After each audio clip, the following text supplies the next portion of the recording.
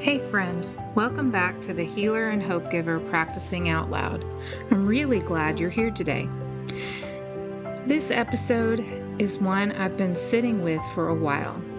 Slowly, gently, honestly, because the truth is, I'm living it right alongside you. Today we're talking about something tender and brave and deeply personal, coming home to yourself. And I don't mean coming home in the finding a routine kind of way or the finally getting your life together kind of way.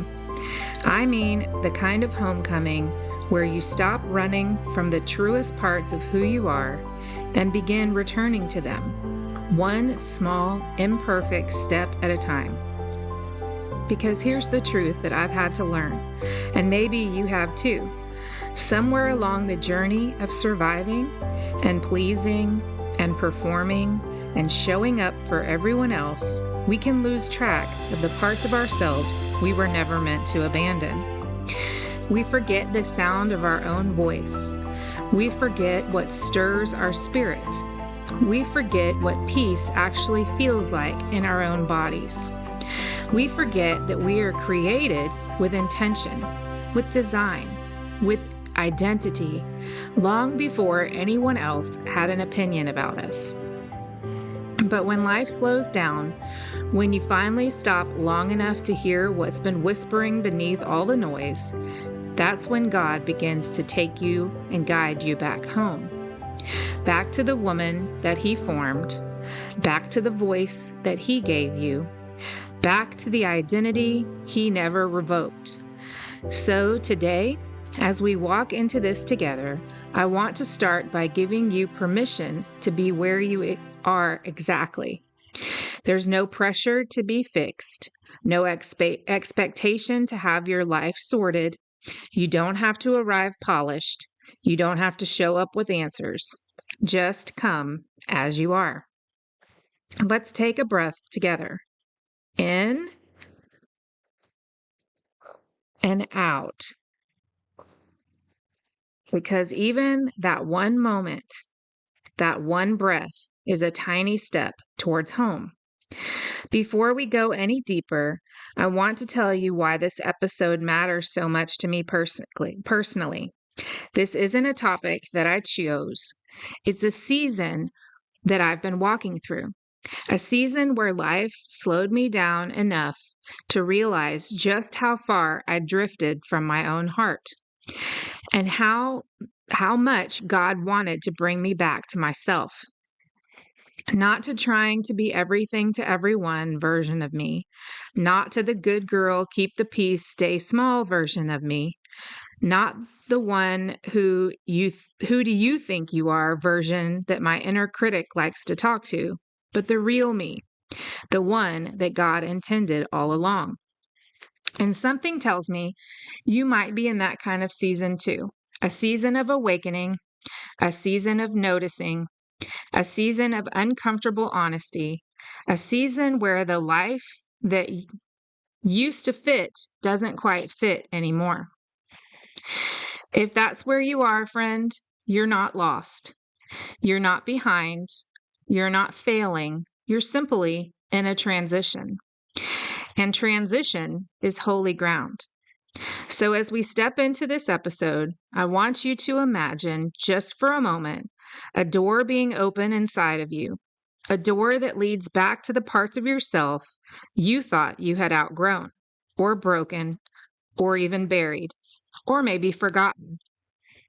This episode is the beginning of walking through that doorway, of remembering who you are and whose you are, with tenderness, compassion, and truth. All right, let's go deeper. Let's talk about what it really means to hear your own voice again and how God often uses the quietest seasons to guide you back home.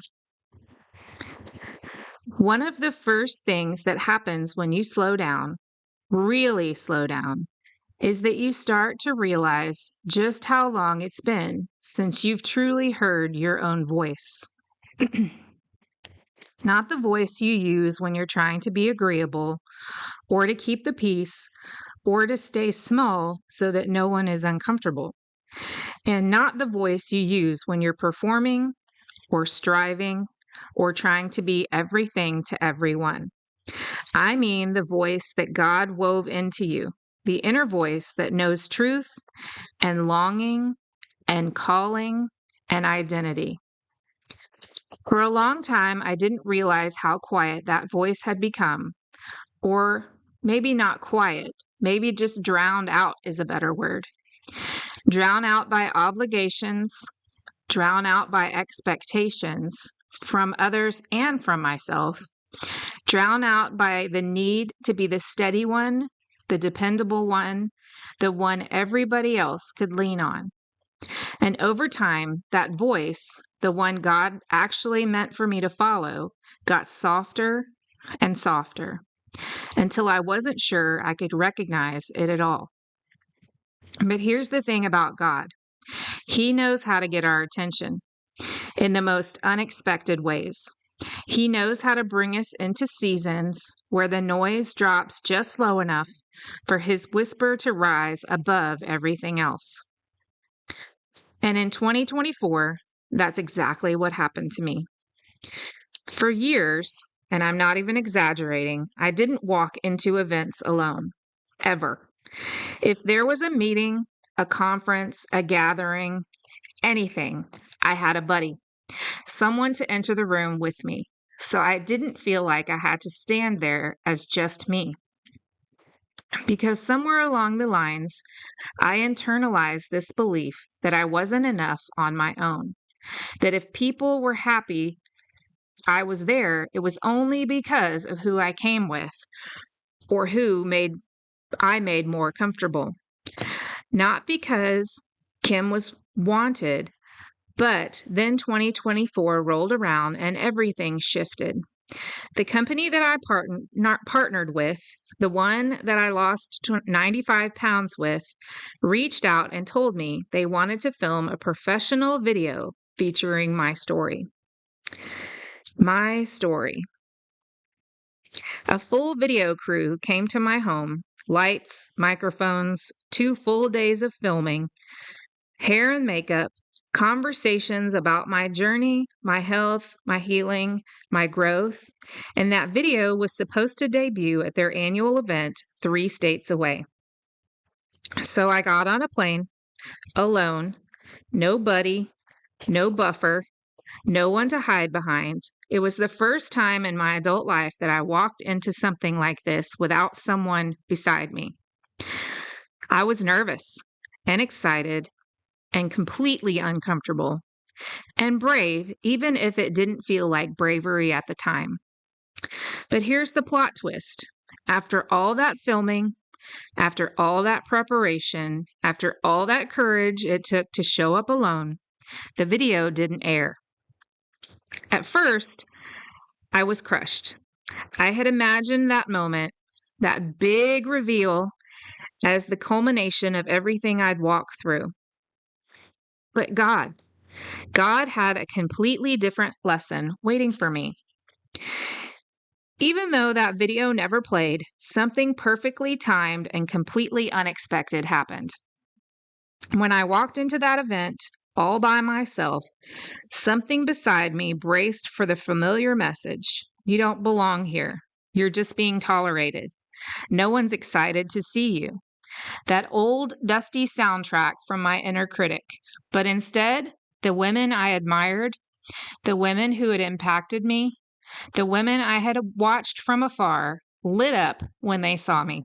Not because of a video, not because of a dramatic reveal, and not because of a transformation story playing on a screen.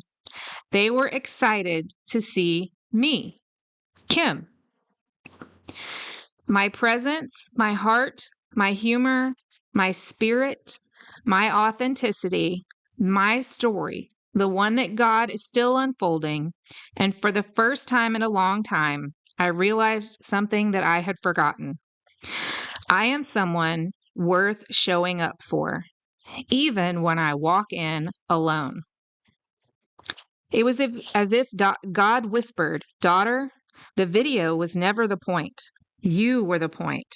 Your courage, your obedience, your willingness to show up, even when you were shaking on the inside." That moment, that quiet, unexpected revelation, is when I heard my own voice again for the first time in years. A voice that said, "You belong here. You don't have to shrink. You don't have to prove anything. You are enough because I made you enough." And that was the beginning of coming home. Here's something that I'm learning, something I wish I had understood years ago. When you start returning to yourself, you will eventually meet the one that has been the hardest to face, your inner critic. And let me tell you, she is loud, she is persuasive, and she sounds a whole lot like certainty. My inner critic says things like, "You're too much. You're not enough. People get tired of you. No one wants to hear what you have to say. You're not smart enough. You're probably annoying someone right now. You don't take up too much of the space." She delivers her lines with such conviction that for a long time, I never questioned her. I assumed she was telling the truth. I assumed she was me. I assumed her voice was wisdom or humility or even safety. But she is not wisdom, and she's definitely not God. She is the echo of old wounds, old messages, old survival strategies that helped me once, but harm me now. And when you start coming home to yourself, you will begin recognizing just how many decisions that inner critic has been making on your behalf. Most of us live inside cycles. We don't even know that we're repeating. Cycles like shrinking yourself in new environments, apologizing for existing, avoiding rooms unless someone walks in with you, over-functioning in relationships, using food to comfort instead of nourish, feeling guilty for resting, always choosing fine over honest, trying to earn your belonging, or deferring to everyone else's needs before acknowledging your own. These patterns feel like personality, but they're not. They're survival strategies. As long as you're living in survival, you cannot hear your own voice because survival speaks louder. But when life shifts, when God slows you down, when the pace changes, and you finally have a moment to breathe, the truth starts rising. You begin noticing questions like, why do I talk to myself like that? Why do I assume that people tolerate me instead of value me? Who told me that I had to earn love? Why do I feel the safest when I'm small? These questions are not weakness, they're awakening. Awakening is messy. Awakening is uncomfortable. Awakening is honest. And awakening is holy. This is the moment where God starts peeling back the layers you thought you needed to keep wearing, but were actually hiding behind. Identity, when God speaks it, sounds nothing like fear, nothing like shame, nothing like pressure. Identity from God sounds like invitation, like gentleness, like possibility, like being seen clearly and still loved completely. One of the moments that changed me the most was when God called me a healer and hope giver. I didn't know what to do with that title. At first, I thought, oh goodness, do I need a medical degree now? Does this mean a new career path? What does that even mean for me? But God wasn't assigning me a job. He was revealing the truth. He had already woven this into my identity. He wasn't saying, go become this. He was saying, you already are this. Let's uncover it. God heals through your honesty. He speaks hope through your vulnerability. He moves through your compassion, your storytelling, your authenticity, your quiet faith in the middle of your own struggles. You don't inspire because you try. You inspire because you show up, even when you're still healing. God crafted who you are long before fear tried to edit it. And coming home to yourself is refusing to live by those edits anymore. There is a moment, sometimes tiny, sometimes drastic, where something inside you wakes up and whispers, I'm not who I used to be, and I'm not who I thought I was either. That awakening, that awakening feels like a softening, a clarity, a holy discomfort, a recognition that God is reshaping you, a sense that old strategies don't work anymore, an invitation towards something healthier, truer, and deeper. It happened to me in layers, through therapy, through slowing down, through walking into a giant room alone, through grief reshaping my perspective, through hearing God speak new identity over me, and through letting go of old stories that I don't need anymore. Awakening is not about becoming a person. It's about remembering the one you were always meant to be. Coming home means meeting yourself again, this time with compassion, with truth, and with God's voice louder than fear. Transition seasons get a reputation for being chaotic, but the truth is, they are some of the most sacred spaces God ever brings us into. Because transition isn't just change, transition is revelation, it's exposure, it's honesty, it's God gently unraveling the things that once kept you safe, but now keep you stuck. Transition reveals the places where you've outgrown old identities, but haven't yet grown into the new one. It reveals places where you've been holding your breath without even realizing it. It reveals the places where you've been carrying more than God ever asked you to carry. And let me tell you something I've lived. God doesn't waste transition. He doesn't rush you through it. He doesn't shame you inside it.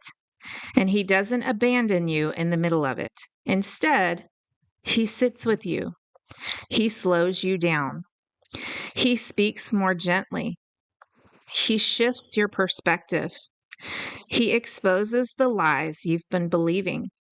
And He begins preparing you to step into a version of yourself that actually aligns with who He created you to be. Transition is not punishment.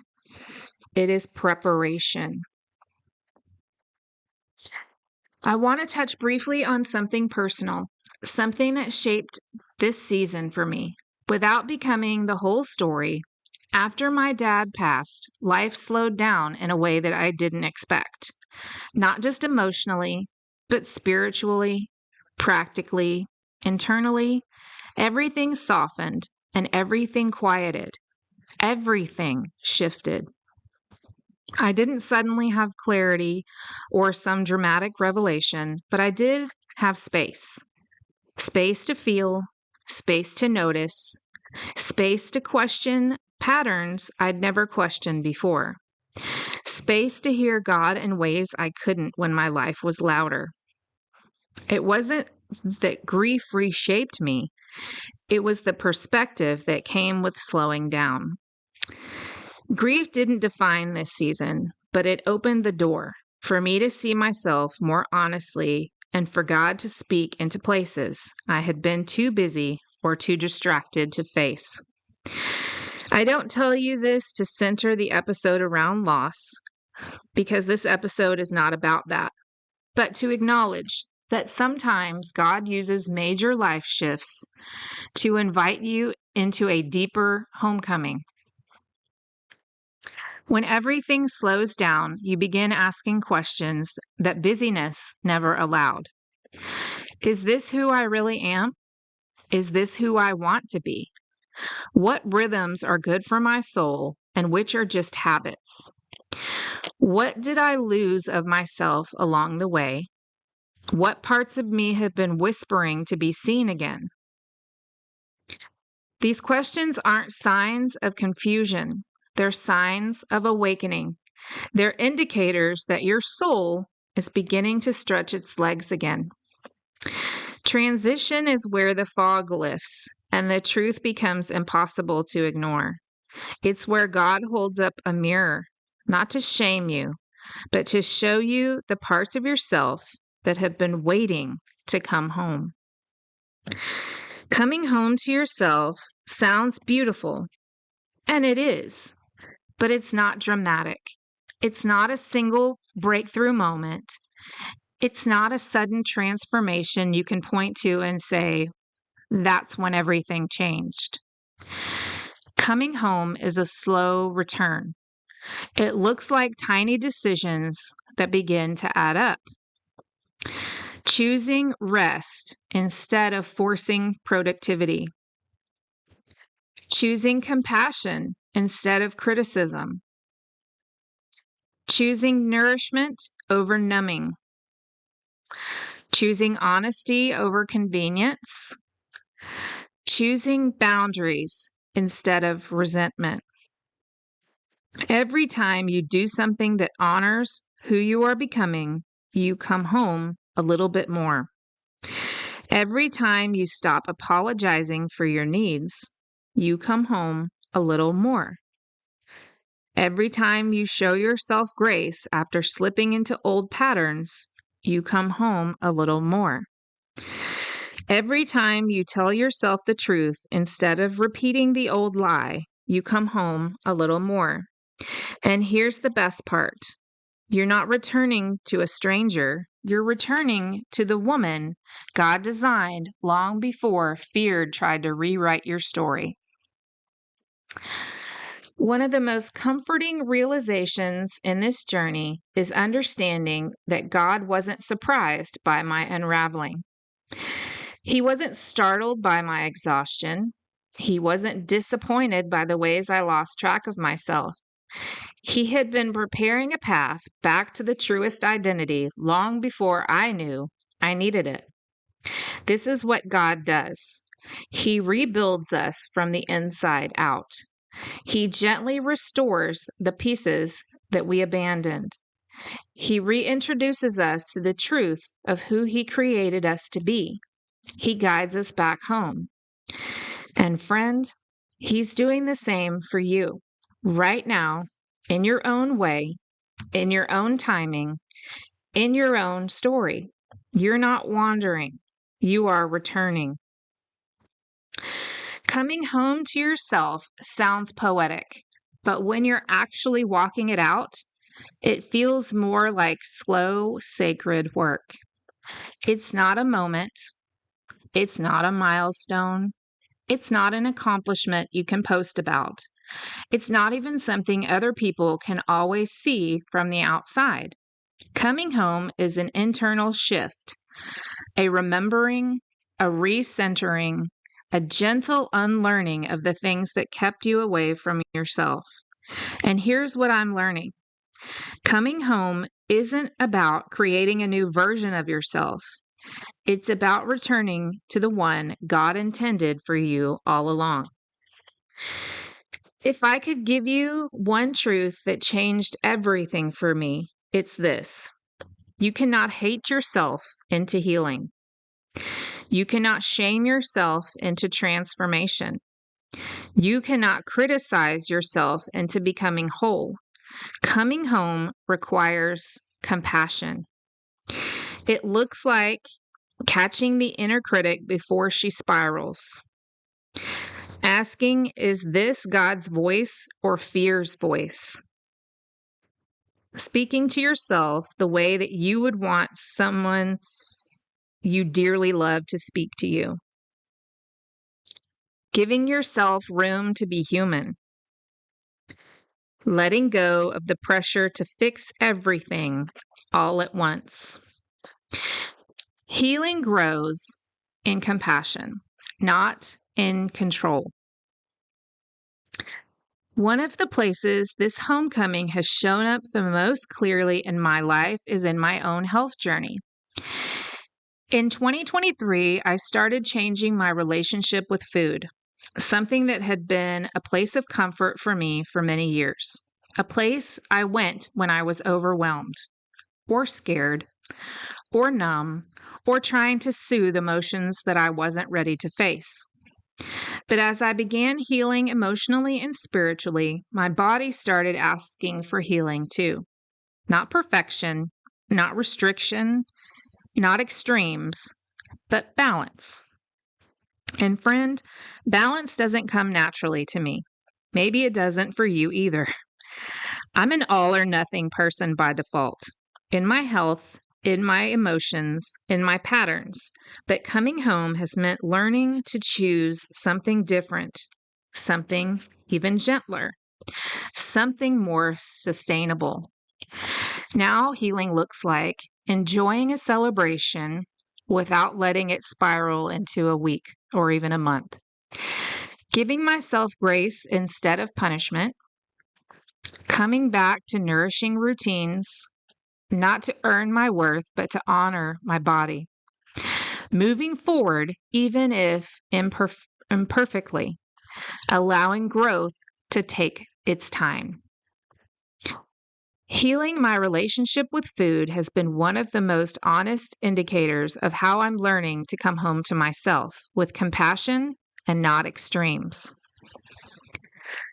Another truth this journey has taught me is this: coming home requires showing up, especially in the places you once hid. For years, I avoided walking into rooms alone because I didn't believe my presence was worthy enough. I didn't believe I was someone people would actually be excited to see. But when I walked into that 2024 event alone, expecting to feel small, instead I was met with warmth, with recognition, and genuine excitement. And something inside shifted me. I realized I had been carrying an old story that was never true. Your belonging does not depend on who stands next to you. Your worth does not increase because someone accompanies you. Your identity does not hinge on external validation. You carry value simply because God placed it inside you. Showing up is part of coming home. One of the biggest turning points for me was the moment God spoke identity over me in a way I didn't expect. He called me a healer and hope giver. At first, I didn't understand it. My mind went to, do I need a medical degree? Is this a new profession? Is this a role I have to earn? But God wasn't calling me into a job. He was calling me into myself. He was saying, you bring healing through your honesty. You give hope through your vulnerability. You inspire not by performing, but by being obedient and authentic and real. People had called me inspirational for years, and it always made me uncomfortable because I didn't feel like I was doing anything special. But now I understand. Inspiration isn't something you strive to become. It's something God does through you when you allow yourself to be who He created. This identity didn't come from striving. It came from surrender, from being willing to step into the truth instead of shrinking back into the lie. Coming home means accepting the identity God speaks over you, even when it feels bigger than you. At its core, coming home to yourself means belonging to yourself again.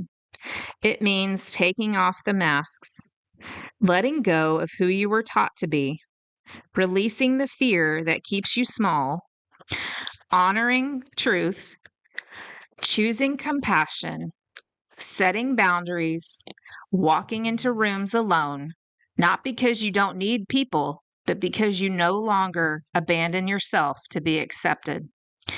It means returning to the woman God handcrafted long before the world told you who you should be. You are not becoming someone new. You are remembering someone sacred, and that is coming home.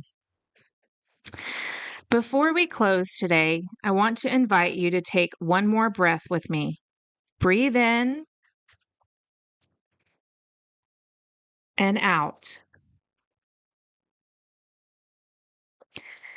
Because everything that we've talked about, the inner critic, the cycles, the transition, the returning, the identity work, all of it comes down to this.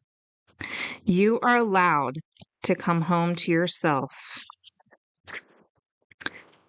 Not the curated version of you, not the performing version of you, not the I've got it all together version of you.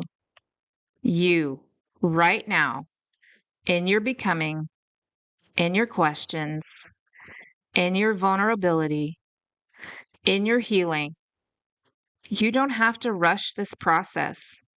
You don't have to do it perfectly. You don't have to earn your way back home. God is patient. God is present. God is gentle. God is guiding. And every single step you take, even the small ones, even the shaky ones, matter. They matter because you matter. Let me speak this over you right where you are. May you give yourself permission to listen to your life again, to the whispers, the longings, the quiet truths that rise when the noise finally settles. May you release the versions of yourself that were built on fear, on pressure, on perfection, or on survival. May God give you courage to honor your needs, to speak your truth, to trust your voice, to walk into rooms knowing that you belong there. May the identity God whispers over you become louder than the inner critic, stronger than the old wounds, and truer than the lies you once believed. May you find balance, not through control, but through compassion. May your soul remember the sound of home, the sound of peace, the sound of truth, the sound of who God created you to be. And may you know, deep in your bones, that you are not far from home. You are already on the path. And God walks beside you with every step.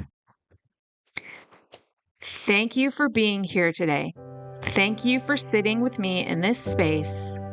Thank you for letting me share the pieces of my own becoming as you navigate yours. If today's episode encouraged you, if it helped you to feel less alone, or if it reminded you that returning to yourself is holy work, I'd love for you to share it with someone who might need that reminder as well. You can leave a rating or a review if you feel led. It truly helps this little podcast reach more hearts who are on their own healing journeys. And if you want to connect more throughout the week, you can always find me on social media. I'm sharing the pieces of my life, my healing, my faith, and the ways that I'm practicing out loud in real time.